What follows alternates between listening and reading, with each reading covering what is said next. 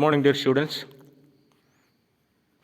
Employability സ്കിൽസിൻ്റെ second ഇയറിൻ്റെ English ലിറ്ററസിയിൽ അവസാനത്തെ 2 ചാപ്റ്റേഴ്സാണ്.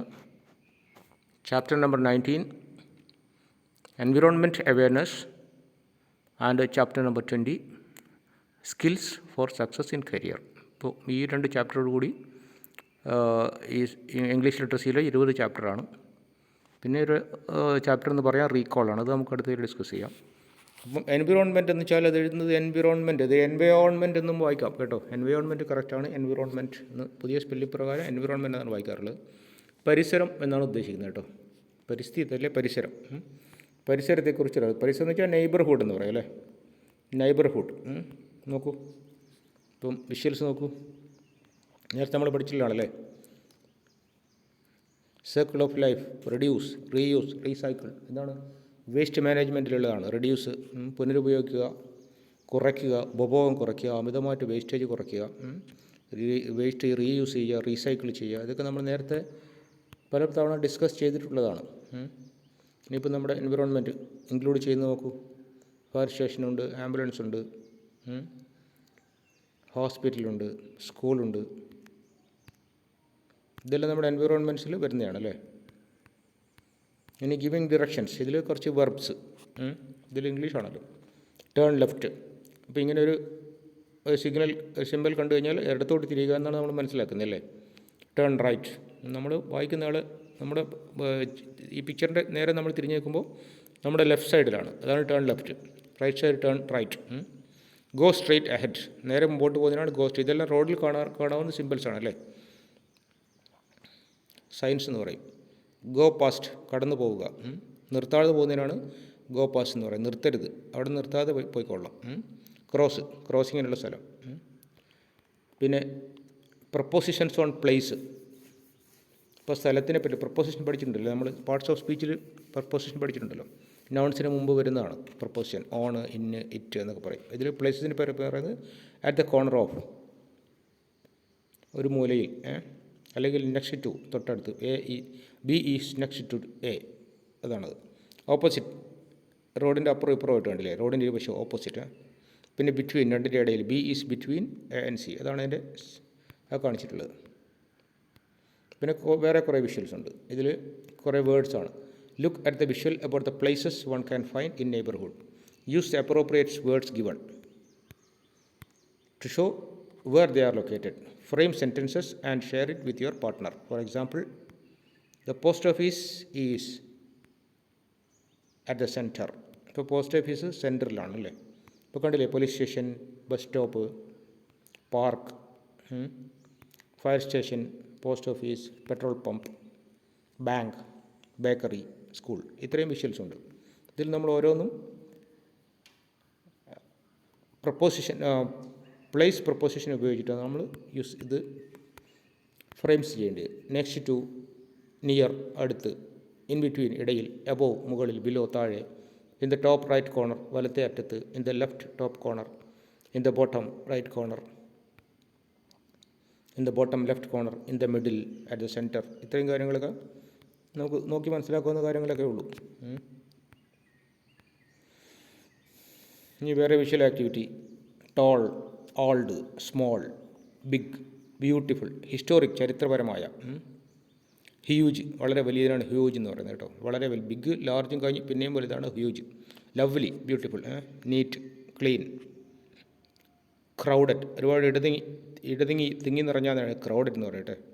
ക്രൗഡഡ് സിറ്റി എന്നൊക്കെ പറയും. Narrow, broad, broad band, broad ഗേജെല്ലാം കേട്ടില്ലേ. Your friend is going to visit your home to attend your birthday party. Give him directions to reach your place by walk from the nearest bus stop. Bus സ്റ്റോപ്പിൽ നിന്ന് നിങ്ങളുടെ വീട്ടിലേക്ക് വരാനുള്ള വഴി ഇംഗ്ലീഷിൽ പറഞ്ഞു കൊടുക്കണം. അതാണ് നിങ്ങളുടെ ടാസ്ക്. ഇപ്പം there is A group discussion, GD എന്ന് പറയും, ഓൺ പ്രിസർവിങ് ദി എൻവിറോൺമെൻറ്റ്. പരിസ്ഥിതി സംരക്ഷണത്തെ പറ്റിയാണ്. Divide the class into 2 groups to discuss the ways to reduce, recycle and reuse. അപ്പോൾ ഇത് നിങ്ങളെപ്പോഴും ഓർക്കണുണ്ടോ. 3 R's ആണ്. Reduce, recycle and reuse. Use the following expressions to give opinion, to clarify your point, to give opposite opinion and to take time to think. അതാണ് giving opinion. ഓരോ വാക്കുകളാണ് അഭിപ്രായം പറയാൻ വേണ്ടി. I have seen, I have noticed, I have observed, I just don't think it is right, one argument is in favour of എന്നൊക്കെ പറയും. I think people should. ഇനി opinion പറയുമ്പോൾ maybe, but it seems to be. ഇത് നിങ്ങൾ പറയണം. I partly agree, but I still believe that. ഇതൊക്കെ clarifying your opinion. ഇത് ഓരോന്നും എവിടെയാണ് മാച്ച് ചെയ്യുന്നതെന്ന് കണ്ടുപിടിച്ചിട്ട് അത് പറയണം. മനസ്സിലായോ? That is an interesting point. അതിപ്പോൾ നിങ്ങളൊരു ഒരു ഒപ്പീനിയൻ പറയുകയാണ്. That is an interesting point.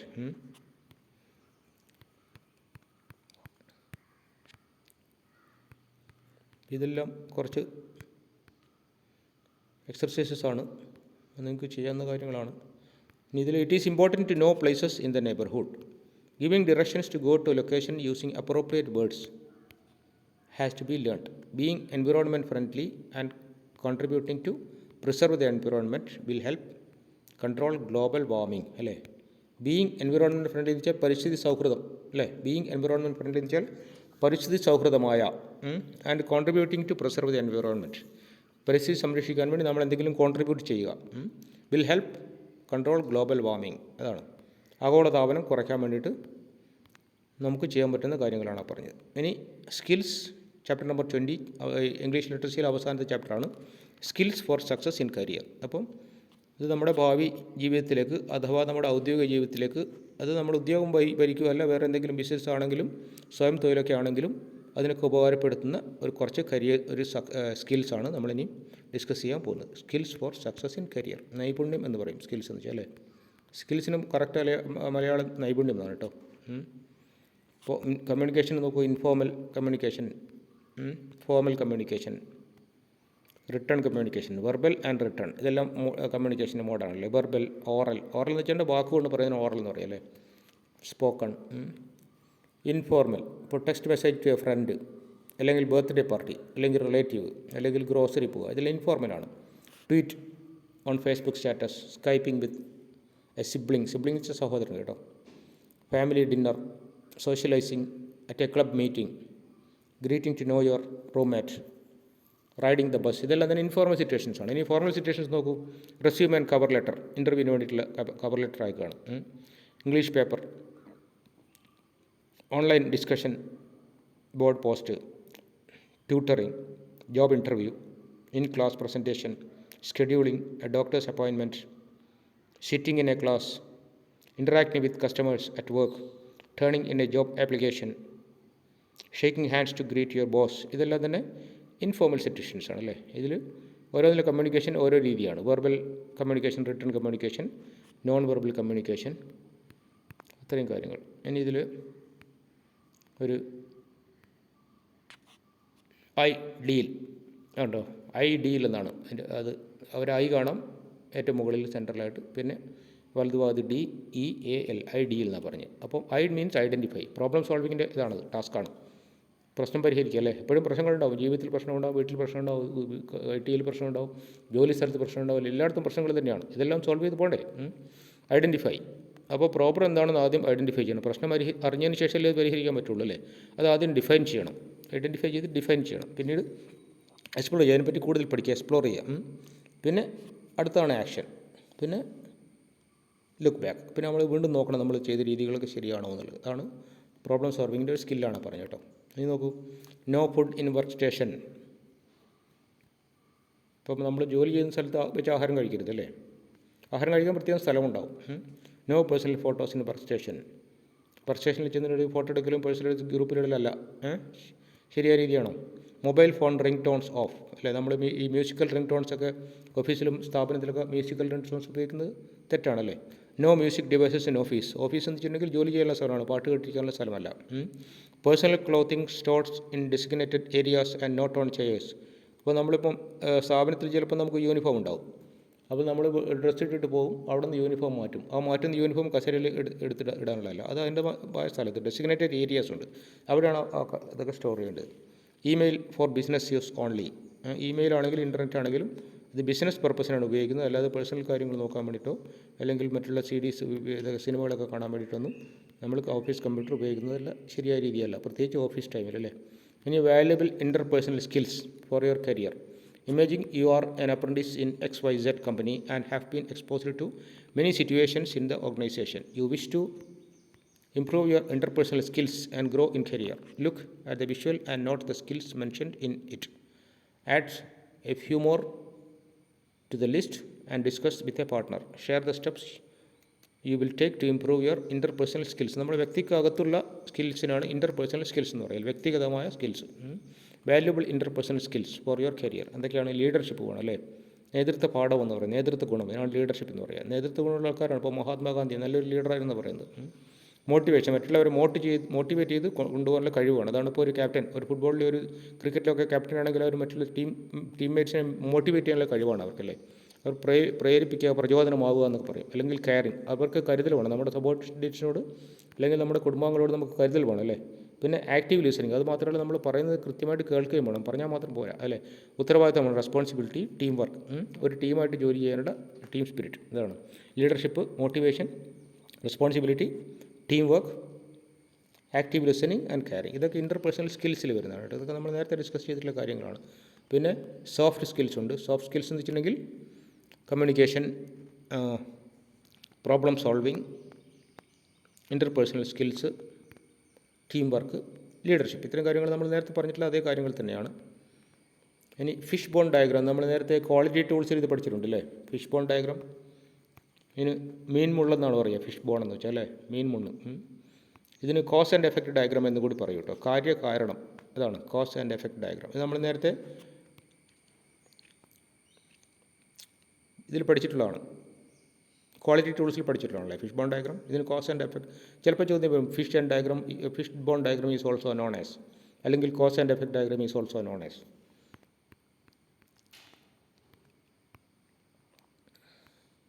ഇനി അതിൽ വരുന്നത് air pollution has led to many health hazards in the skin cancer അല്ലേ. എയർ പൊല്യൂഷൻ എന്ന് വെച്ചിട്ടുണ്ടെങ്കിൽ വായുമലിനീകരണം, has led to many health hazard, ഒരുപാട് ആരോഗ്യ പ്രശ്നങ്ങൾ അല്ലേ, like skin cancer, lung infection, lung എന്ന് വെച്ചാൽ ശ്വാസകോശമാണ്, heart disease etcetera. Discuss with a partner how to prevent air pollution. അപ്പോൾ നമുക്ക് എവിടെയെങ്കിലേക്ക് റെഫർ ചെയ്യണം. Use the internet to list the causes of air pollution. അത് നമുക്ക് പഠിക്കാനുണ്ട്. ഇനി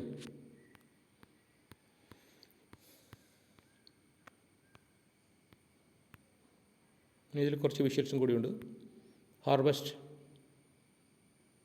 invest in energy efficient power generation, improve domestic industry and municipal waste management. മുനിസിപ്പാലിറ്റിയിലാണ് ഏറ്റവും കൂടുതൽ വേസ്റ്റ് വരുന്നത് അല്ലേ.